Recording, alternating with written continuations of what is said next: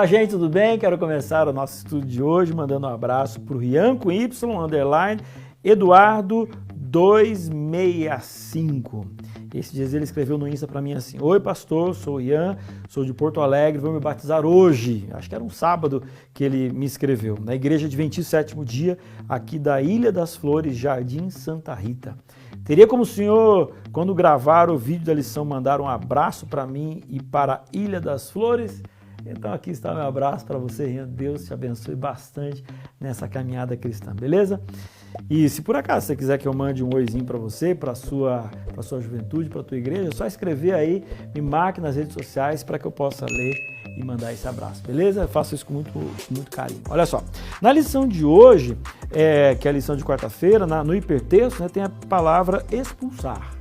E aí, depois coloca aí quais são as palavras que você vai puxar a partir do expulsar. Agora, tem uma outra palavra que está assim meio que nas entrelinhas da lição dessa semana, que é a ira de Deus.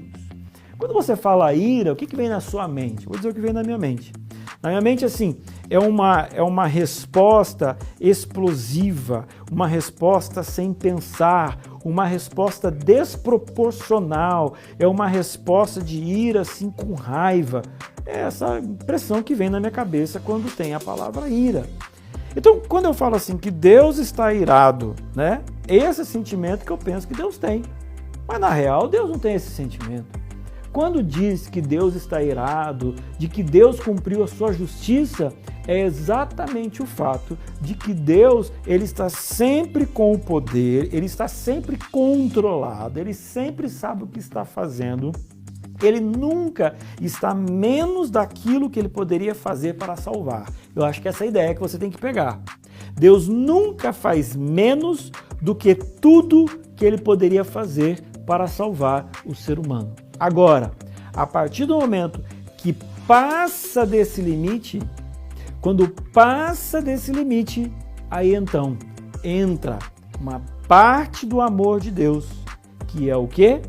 Que é a ira, que é a justiça, que é devolver a consequência dos atos do ser humano. Olha só como é que Deus ele é bondoso e cheio de graça.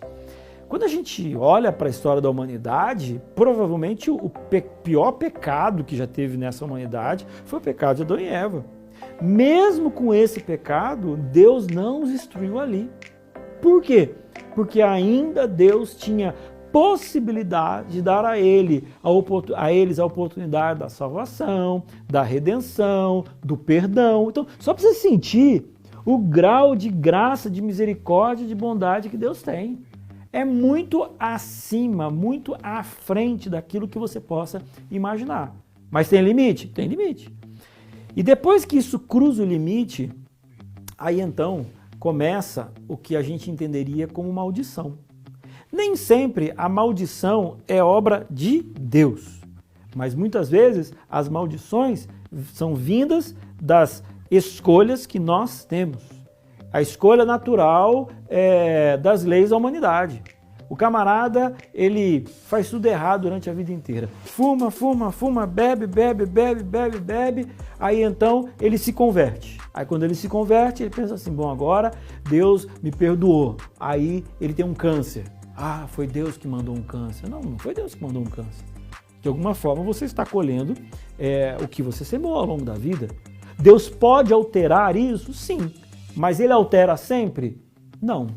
Eu tenho percebido na história da humanidade que Deus nem sempre ele altera as consequências naturais dos nossos erros.